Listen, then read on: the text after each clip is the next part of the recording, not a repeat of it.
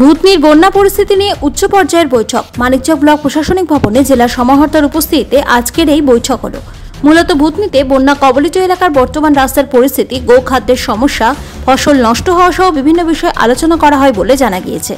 আজকের এই বৈঠকে উপস্থিত ছিলেন মালদা জেলা সমাহর্তা নিতিন সিংহানিয়া, মানিকচক বিধানসভার বিধায়িকা সাবিত্রী মিত্র, মালদা জেলা এটিএম, মালদা জেলা এসডিও সদর, মানিকচকের বিভিন্ন প্রশাসনিক দপ্তরের আধিকারিকগণ, মানিকচক পঞ্চায়েত সমিতির সভাপতি পিঙ্কি মণ্ডল, মানিকচক পঞ্চায়েত সমিতির বিভিন্ন দপ্তরের কর্মাধ্যক্ষ। সংবাদ মাধ্যমের মুখোমুখি হয়ে মানিকচক বিধানসভার বিধায়িকা সাবিত্রী মিত্র কি বললেন শুনুন তার মুখেই। আজকে বলে না, প্রতি 8 দিন 10 দিন পর পর জেলা সমাহর্তা মিটিং করেন দুটো ভূতনি বন্যা নিয়ে।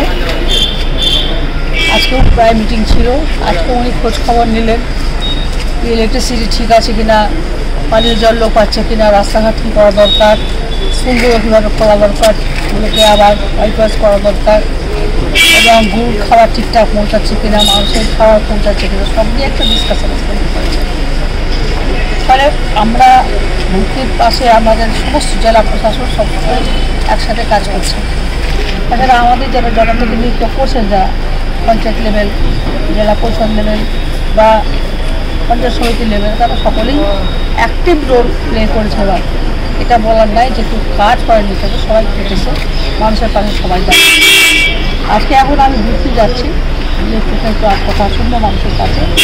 দীর্ঘদিন ধরে আমি অপেক্ষায় ছিলাম, আজকে যাচ্ছি, দেখে এসে যদি কোনো কিছু বলার থাকে আবার দেখে দেখা হবে। জল আসে জল যায়, এই দ্বিতীয় অষ্টমীর পরেই জলটা কমে যাবে। সামনে মঙ্গলবার দ্বিতীয় অষ্টমীটা হওয়ার পরের দিনই জল কমবে, আর তারপরে আর জল লাস্ট, এটা লাস্ট। যে পানীয় জল পৌঁছাচ্ছে কিনা, গরুর খাবার আসছে কিনা, বিদ্যুৎ জ্বলছে কিনা, এইসব ব্যাপারে সমস্ত ডিপার্টমেন্টের কাছ থেকে খোঁজ খবর করা। এই ভর্তি জিনিসটা নিয়ে গেছে, রাস্তাঘাট খারাপ, সেগুলো রিপেয়ারিং করা, টোটাল বিষয়গুলো নিয়ে ডিসকাশন হয়েছে। গবাদি পশুদের খাবার ঠিকঠাক পৌঁছাচ্ছে কিনা, কম পৌঁছালে সেটাও আমি বলছি বাড়িয়ে দিন, কোয়ান্টিটি কম হচ্ছে, সেটাও একটা হয়েছে। ক্ষয়ক্ষতি যেটা হয়েছে আমাদের এখানে শস্য, সেটা আমাদের পাট এবং ধান, তার ক্ষতিপূরণের জন্য জেলা সমাজটা আমরা তাদেরকে বললাম, সেসব বিষয় নিয়ে একটা আলোচনা খুব অতি শীঘ্র তাদেরকে দেওয়া হোক। এবং তাদের বাড়িঘর যাদের নষ্ট, তাদের ক্ষেত্রেও একটা সিদ্ধান্ত নিয়ে নিয়েছেন। ফলে সব মিলে আমরা টোটালটাই দেখছি, প্রথম থেকে শেষ পর্যন্ত মানুষের কাছে প্রশাসন লেভেল আছে।